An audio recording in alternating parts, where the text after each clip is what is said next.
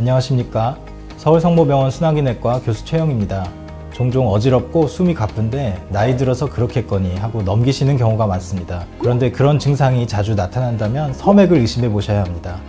건강주치 오늘 이 시간에 느리게 뛰는 심장 섬액에 대해 알기 쉽게 알아보겠습니다. 섬액은 말 그대로 맥박수가 느린 상태를 뜻합니다. 보통 사람이 깨어있는 동안의 맥박수는 분당 60에서 100회 정도가 정상인데 분당 60회 미만으로 낮다면 섬액이라고 할 수가 있습니다. 하지만 맥박이 60회가 좀 안 된다고 해서 반드시 치료를 해야 되는 병이다 이런 뜻은 아니고요. 섬액이 발생하는 원인 그리고 정도에 따라서 증상이나 치료가 달라지게 됩니다. 보통 섬액이 있더라도 심하지 않으면 증상이 없는 경우가 많습니다. 그런데 섬액이 진행하여 맥박이 지나치게 느려진다면 어지럼증, 무기력증, 호흡곤란 이런 증상들이 발생하게 됩니다.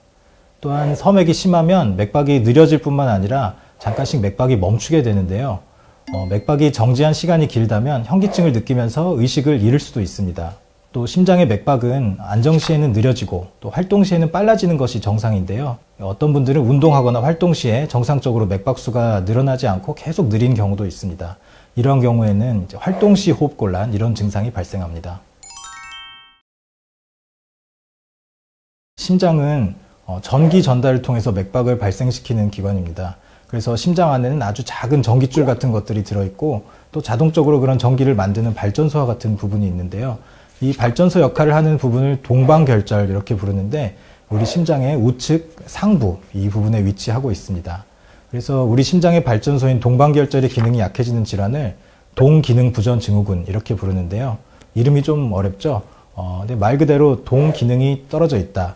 그래서 동기능부전증후군이라고 부르고요. 주로 맥박이 느려지는 동성섬액 그리고 한 번씩 동방결절이 맥을 제대로 발생시키지 못해서 생기는 동정지로 나타납니다. 또 방실차단이라고 하는 것은 앞서 말씀드린 전깃줄이 약해진 질환인데요.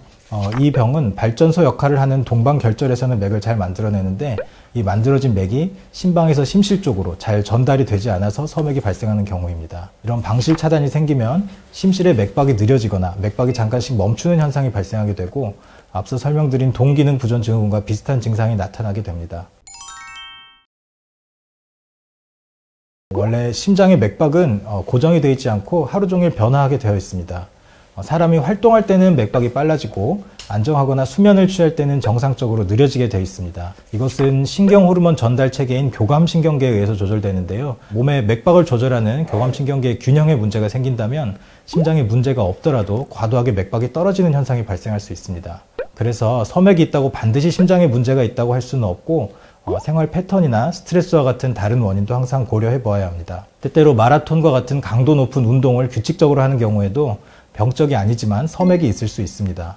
심장 자체의 문제로 인한 섬액성 부정맥의 가장 흔한 원인은 노화로 인한 퇴행성 변화입니다. 동방결절이나 방실결절이 우리와 같이 나이를 먹으면서 점점 기능이 떨어지는 것이지요. 따라서 원래 심장의 맥박은 젊을 때 더 빠르고 나이가 들수록 점점 느려지게 되어 있습니다. 반대로 10대나 20대쯤 아주 젊은 사람이 섬액이 있다면 심장 자체의 문제일 가능성이 상당히 낮고 앞서 말씀드린 교감신경계, 이런 불균형 등이 원인일 수 있습니다. 또 선천성 심질환이나 심근병증, 관상동맥 질환 등 심장 관련된 기저질환에 의해서도 섬액이 발생할 수 있는데 이러한 경우에는 해당 기저질환 및 섬액에 대해서 모두 치료가 필요하겠습니다. 또 약제 중에서도 맥박을 느리게 하는 것들이 있는데 베타 차단제와 같은 혈압약, 또 칼슘 채널 차단제와 같은 혈관 확장제가 대표적입니다. 또 빈맥성 부정맥에 사용하는 여러 항부정맥 약제들도 모두 섬액을 발생시킬 수 있으므로 섬액이 있다면 항상 복용하는 약제를 체크해 보아야 합니다. 섬액의 치료 원칙은 두 가지라고 볼 수가 있는데요. 첫째는 불편한 증상을 없애주는 것이고 둘째는 급성 심정지와 같은 사건을 예방하는 것입니다. 따라서 섬액이 있더라도 증상이 전혀 없고 급사의 위험이 높지 않다면 반드시 치료를 해야 되는 것은 아닙니다. 다만 증상이라는 것은 좀 상대적이라서 저희가 치료의 기준으로 삼는 수치들이 있는데요.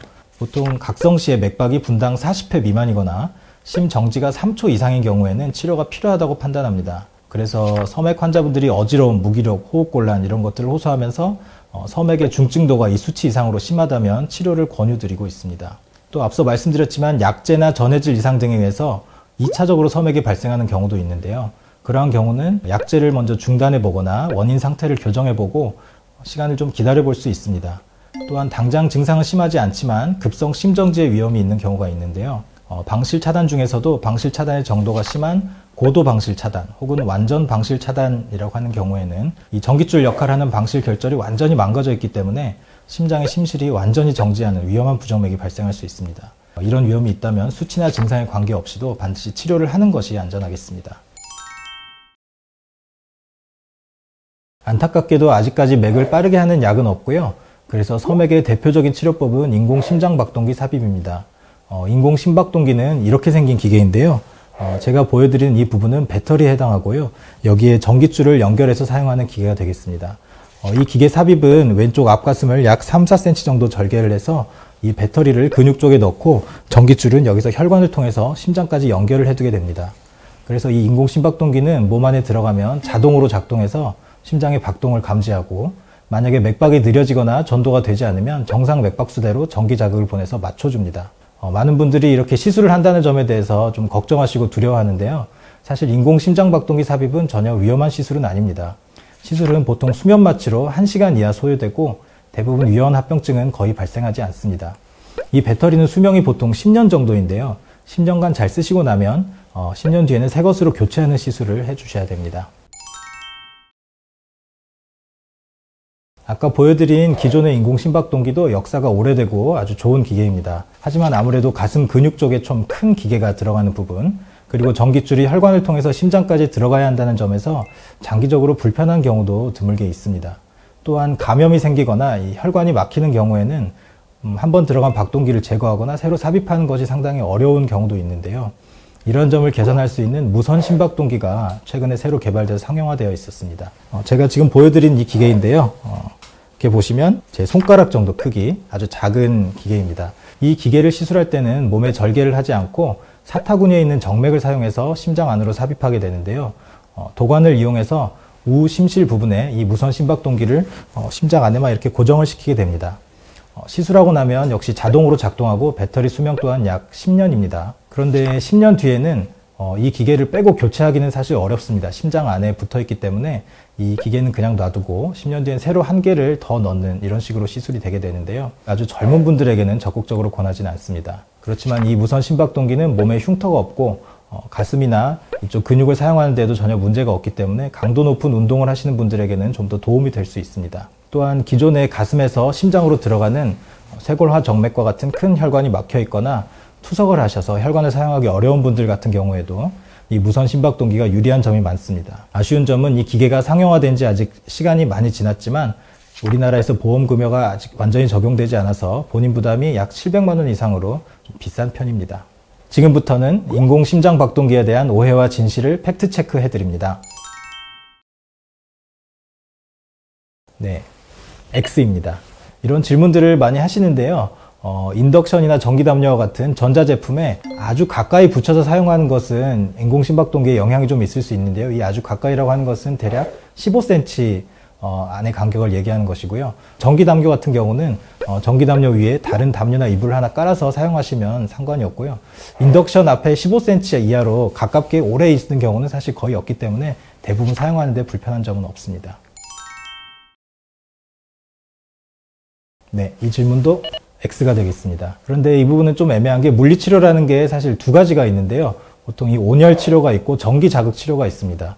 온열 치료와 같은 경우는 전혀 관계가 없는데 전기 자극 치료는 실제로 하게 되면 박동기에 좀 영향이 있을 수가 있기 때문에 받지 않는 것이 좋다 이렇게 권고를 드리고 있는데요. 박동기에 아주 의존적인 분이 아니시라면 전기 자극 치료도 받더라도 사실 박동기가 망가지거나 크게 문제가 생기지는 않습니다. 다만 권고는 그렇게 드리는 것이고 전반적으로는 물리치료를 받는데도 크게 문제는 없다 이렇게 말씀드릴 수가 있겠습니다. 네, 공항검색대는 통과 가능합니다. 공항검색대에서 이제 금속 탐지기를 지나가기 때문에 안 되는 것이 아니냐 이런 질문을 하는 경우가 있는데요. 이제 박동기 카드가 전부 발급돼서 이제 소지를 하게 되시기 때문에 그걸 보여드리면 통과할 수 있고요. 그래서 통과 가능하다 이렇게 말씀드릴 수 있겠습니다. 네, 이것은 맞습니다. 핸드폰을 사용하는 것 자체는 가능한데요. 아까 말씀드린 대로 전자제품은 박동기 배터리 주위에서 좀 거리를 두고 사용하는 것이 좋습니다. 보통 앞가슴 쪽에 박동기 배터리가 있기 때문에 이 안에 15cm, 10cm 이하 간격에서는 전자제품을 오래 두지 않는 것이 좋아서, 근데 보통 핸드폰을 가슴에 붙여서 사용하는 경우는 많지는 않지만 혹시나 오래 가까이 있다면 영향을 줄 수 있어서 그런 점만 좀 피하시면 되겠습니다. 네, 이것은 X입니다. MRI는 보통 이제 금속으로 된 물체와 반응을 하기 때문에 갖고는 찍지 않도록 되어 있는 경우가 많은데요. 인공 심박동기는 예전에는 갖고 있는 경우 MRI를 찍지 못했는데 약 5년 전부터는 인공 심박동기가 모두 MRI가 가능한 모델로 나오고 있기 때문에 현재 삽입된 인공 심박동기들은 모두 MRI를 찍을 수 있습니다. 그래서 MRI 찍기 전에 박동기 모드를 MRI 모드로 잠깐 변경을 해야 되는 과정을 거쳐야 되고요. 이 과정을 거친 다음에 MRI 찍는 것이 모두 가능합니다. 네, 이 질문도 X가 되겠습니다. 이제 과격한 운동에는 여러 가지가 있을 텐데요. 일단 이 박동기는 왼쪽 가슴 근육 쪽에 고정이 되어 있기 때문에 처음에는 가슴 근육을 움직이는 여러 가지 운동들이 좀 불편할 수 있습니다. 하지만 나중에 다 아물고 나면은 대부분 몸 안에서 적응이 되기 때문에 운동하는데 크게 저희가 제한을 드리지는 않습니다. 수영이라던가 골프 이런 운동도 시간이 지나면 대부분 가능합니다. 맥박이 느려지고 숨이 차도 노화의 증상이라고 여기고 방치하시는 경우가 많은데요. 섬액을 치료하지 않고 방치하면 실신이나 심정지 등의 치명적인 상황으로 이어질 수가 있습니다. 그래서 전문의의 진단을 통해 적극적으로 치료받으시는 것이 좋겠습니다. 지금까지 서울성모병원 순하기내과 최영이었습니다. 제 강의가 여러분께 도움이 되었길 바랍니다. 감사합니다.